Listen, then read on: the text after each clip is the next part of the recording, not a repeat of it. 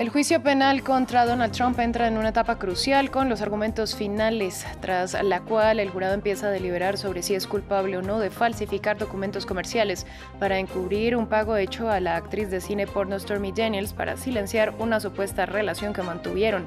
Analizamos. España, Irlanda y Noruega ya reconocen a Palestina como Estado. El grupo se sumó a los 142 países que ya lo hacían. El presidente del gobierno español dijo que el reconocimiento no va en contra de nadie. Israel respondió que la medida incita al genocidio judío. Bélgica entregará 30 cazas F-16 a Kiev hasta 2028. El anuncio se produjo durante la visita del presidente ucraniano Volodymyr Zelensky a Bruselas. Desde allí tenemos reporte de nuestra corresponsal. En France 24 estamos de vuelta con las noticias que marcan la jornada. Soy Valentina Torres Sánchez y es un gusto acompañarlos. Damos inicio hablando del expresidente Donald Trump, que llega a la Corte de Nueva York, donde hoy se inicia una etapa crucial. La defensa y la fiscalía presentan los argumentos finales para intentar convencer al jurado o no de si el expresidente es culpable de 34 cargos relacionados con falsificación de documentos comerciales para encubrir el pago hecho a la actriz de cine porno Stormy Daniels para encubrir una relación que supuestamente mantuvieron en 2006. Trump está casado con Melania, su esposa, desde 2005. Estoy en la corte y lo van a ver en la corte y van a ver de dónde vienen. Y lo hemos reportado de manera certera. Muchas personas están enojadas, pero todo esto es interferencia electoral. Es ir tras el oponente de Joe Biden porque no lo puede hacer y la justicia lo está ayudando. Y tenemos un juez que es su aliado, que es corrupto y que es lo peor que haya visto cualquier persona en la historia. Previamente hablamos con Nelson Rodríguez Varela, abogado penalista, quien nos explicó qué se espera de esta fase de alegatos finales. Bueno, los alegatos finales es el momento en que la fiscalía y la defensa ambos tienen la oportunidad de hacer sus argumentos a los miembros del jurado. Cómo es la manera en la cual ellos ven el caso. El reto de la fiscalía en este caso es poder demostrar que los elementos del crimen, de los crímenes que han sido alegados contra el presidente han sido probados más allá de una duda razonable con la relación de la evidencia que presentaron. El reto de la defensa en este caso es atacar la credibilidad de los testigos y demostrar hasta cierto punto que la fiscalía no ha cumplido con ese compromiso de probar el caso de acuerdo al estándar necesario de una duda razonable. Claramente la defensa en un caso criminal en los Estados Unidos no tiene que probar nada. Todo el peso cae sobre la fiscalía, donde ellos son los que tienen que probar el caso. Aquí hay diferentes maneras en las cuales los miembros del jurado pueden ver este caso. Podrían encontrarlo culpable de los 34 cargos que pesan contra él, podrían encontrarlo no culpable de esos cargos o podrían simplemente no poder llegar a un compromiso unánime, ya que cualquier veredicto de culpabilidad o no culpabilidad debería de ser unánime de acuerdo a las reglas de los Estados Unidos. Una vez concluidos esos argumentos, habrá una conferencia previa a leerle las instrucciones a los miembros del jurado, donde los miembros del jurado tendrán que utilizar esas instrucciones para saber de qué forma pesar el testimonio, de qué manera analizar los argumentos de los abogados y de qué manera crear esa relación entre los elementos del crimen y el hecho de que la fiscalía haya o no probado este caso más allá de una duda razonable. Obviamente un día muy importante en este momento. Será la segunda vez después de los argumentos iniciales que se le pueda dirigir directamente la palabra a los miembros del jurado. Un día obviamente importante, un día hasta cierto punto peligroso, dijo el expresidente. Vamos ahora a la Franja de Gaza, donde al menos 21 palestinos perdieron la vida por nuevos ataques del ejército de Israel en Rafah, en el sur del enclave, incluso en zonas cercanas a centros de refugiados. Entre los fallecidos hay un niño de 10 años. Esto al tiempo que testigos informaron que los tanques israelíes llegaron hasta el centro de la ciudad. El hecho se registra pese al rechazo por otro ataque israelí en la zona el domingo que dejó 45 muertos y por el que el Consejo de Seguridad de la ONU se reúne de emergencia hoy por el que se registraron protestas en varias ciudades el lunes. Ante las críticas, el primer ministro israelí Benjamin Netanyahu dijo que se trató de un trágico accidente. En Rafah ya hemos evacuado a alrededor de 1 millón de residentes no combatientes y a pesar de nuestro máximo esfuerzo de no herir a no combatientes, infortunadamente algo salió trágicamente mal. Estamos investigando el incidente y vamos a llegar a conclusiones reales porque esa es nuestra política. En terreno internacional, España, Irlanda y Noruega reconocieron este martes a Palestina como Estado. Oslo aseguró que este es un día histórico, pese a que la medida es considerada mayormente simbólica. A su vez, el presidente del gobierno de España, Pedro Sánchez, indicó que es justa y coherente y no va en contra de nadie. El informe es de Jesús Yahure. Es oficial. España, Irlanda y Noruega reconocen al Estado palestino. Los 3 países europeos lideran los esfuerzos para reimpulsar una solución de 2 estados al conflicto israelí-palestino y el cese al fuego inmediato en la guerra en la Franja de Gaza. El Gobierno de España aprobará el reconocimiento oficial del Estado de Palestina. España se sumará así a los más de 140 países que ya reconocen en el mundo a Palestina como Estado.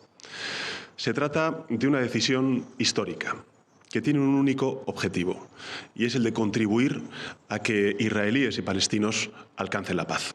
El presidente de la Autoridad Nacional Palestina, Mahmoud Abbas, agradeció el reconocimiento oficial de Palestina por parte de los 3 países europeos, decisión que calificó de valiente y que aseguró demuestra un consenso internacional para poner fin a la guerra en Gaza. La presidencia palestina ha acogido con satisfacción las valientes y audaces posiciones políticas europeas, especialmente las de España, Irlanda y Noruega, que han reconocido recientemente el Estado de Palestina. Entre tanto, Israel prohibió al consulado español en Jerusalén prestar servicios a palestinos y acusó a España de estar incitando un genocidio. Los ministros de Asuntos Exteriores de los 3 países afirmaron que esperan que otros países europeos hagan lo mismo. El jefe de la diplomacia europea, Josep Borrell, ha dicho también que el establecimiento de un Estado palestino junto a Israel no constituye una amenaza, sino la única garantía de seguridad. Con este gesto, España, Irlanda y Noruega se suman a los más de 140 países entre los 193 que conforman la ONU, que ya reconocen a Palestina como un Estado. En el siguiente informe ahondamos en la larga historia y el debate sobre la cuestión palestina. Fue en 1947 cuando Palestina tuvo su primera oportunidad de ser reconocido oficialmente como Estado independiente. Fue entonces cuando la ONU votó un plan de partición que habría creado 2 naciones, Israel y Palestina. Pero los estados árabes y los representantes palestinos consideraron que el plan de las Naciones Unidas era injusto, lo rechazaron y solo Israel fue reconocido. Cisjordania permaneció bajo control jordano durante 2 décadas, con la coalición árabe esperando derrotar militarmente a Israel y establecer un Estado palestino en su lugar. Pero esto fracasó y en 1967 la Guerra de los 6 días terminó con la ocupación israelí de los territorios palestinos de Cisjordania y la Franja de Gaza. En los años 70 los palestinos regresaron a la ONU, que declaró a la OLP, la Organización de Liberación de Palestina, como representante oficial del pueblo palestino. En 1987 la primera intifada puso la batalla por la independencia en el centro de atención.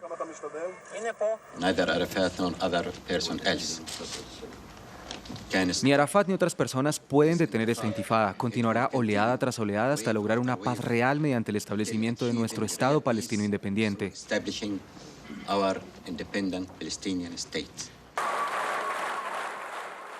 En 1988, la OLP declaró la independencia de Palestina. 78 países lo reconocieron ese mismo año. En los años 90, los negociadores israelíes y palestinos lograron un gran avance con los acuerdos de Oslo. Pero las conversaciones de paz colapsaron en el 2000. A medida que los sucesivos gobiernos israelíes consolidaron su control sobre Cisjordania y construyeron más y más asentamientos, la idea de reconocer a Palestina sin un acuerdo de paz cobró impulso. La UNESCO integró a Palestina como Estado miembro en 2011. Abstención. En 2012, Palestina se convirtió en Estado observador de la ONU. Más de 140 de sus 193 Estados miembros ya lo han reconocido. Con la guerra actual en Gaza, otros como Noruega, España e Irlanda dicen que ellos también reconocerán la existencia de un Estado palestino. Cambiamos de tema y hablamos de la guerra en Ucrania porque Bélgica anunció que entregará 30 cazas F-16 a Kiev hasta 2028. El anuncio se produjo durante la visita del presidente ucraniano Volodymyr Zelensky a Bruselas, donde se reunió con el primer ministro Alexander De Croo, quien informó que las primeras aeronaves llegarán antes de finalizar 2024.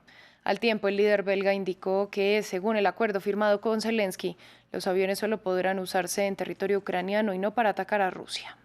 En este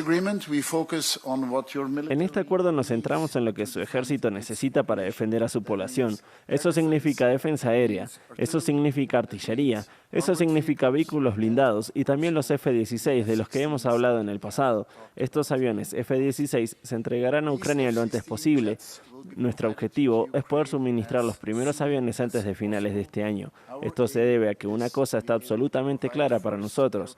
Usted y su población ucraniana se merecen el derecho a tener las herramientas para proteger a su población contra una agresión completamente ilegítima. En Georgia, el Parlamento debate el veto que la presidenta impuso a la polémica ley de agentes extranjeros, considerada una medida para silenciar a la oposición. En Tbilisi se encuentra el periodista de France 24, Xavier Colás, y nos envió el siguiente reporte. Aquí en Tiflis los georgianos se preparan para lo que puede ser otra jornada de protestas en cuanto el Parlamento anule el veto impuesto por la presidenta georgiana Salomé Zurabishvili contra la que es la ley más controvertida del año, la ley de agentes extranjeros, una ley con la que el gobierno de Georgia pretende controlar la actividad de las entidades y ONGs que reciben más de un 20% de su financiación desde el extranjero. Aún así, la presidenta ha dicho que no se rinde, ha puesto en marcha una hoja de ruta, quiere que las próximas elecciones sean un plebiscito sobre la necesidad de reformas, unas reformas que ella ha enunciado en esa hoja de ruta, fundamentalmente acabar con este tipo de proyectos de ley que pueden perturbar el acceso de Georgia a la Unión Europea, pero también indultar a los que han sido detenidos durante estas manifestaciones de estos últimos días y también reformar el aparato jurídico, judicial y de lucha contra la corrupción para lograr un país más transparente.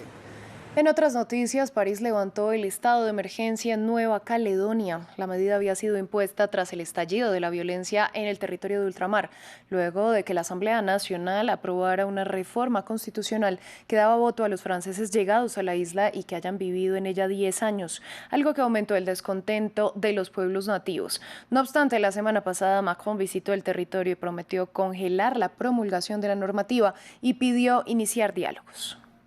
Una tensa calma regresa a Nueva Caledonia, luego de la suspensión de la emergencia estatal, cuando las autoridades francesas dieron prioridad al regreso del orden.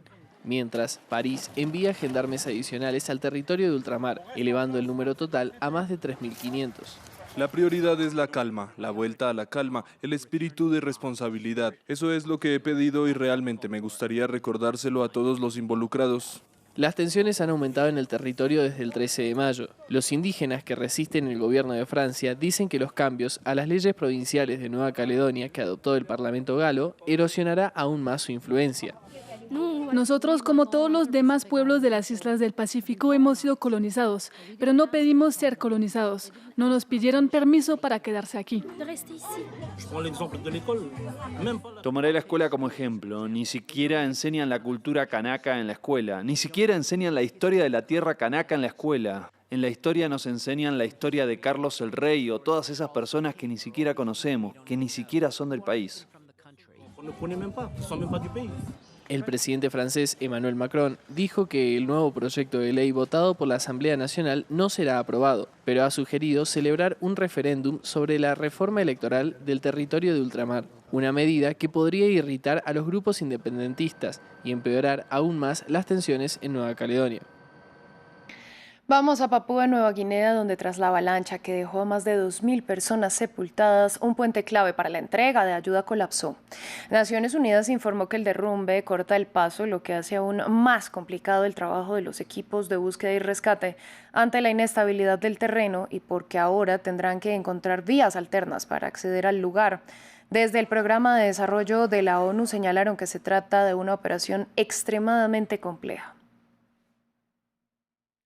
Así llegamos al final de esta emisión de noticias en France 24. A ustedes les agradecemos su sintonía. Les recordamos que pueden ampliar todo nuestro contenido en la web france24.com y seguirnos en nuestras redes sociales. Quédense con nosotros, que volvemos en breve.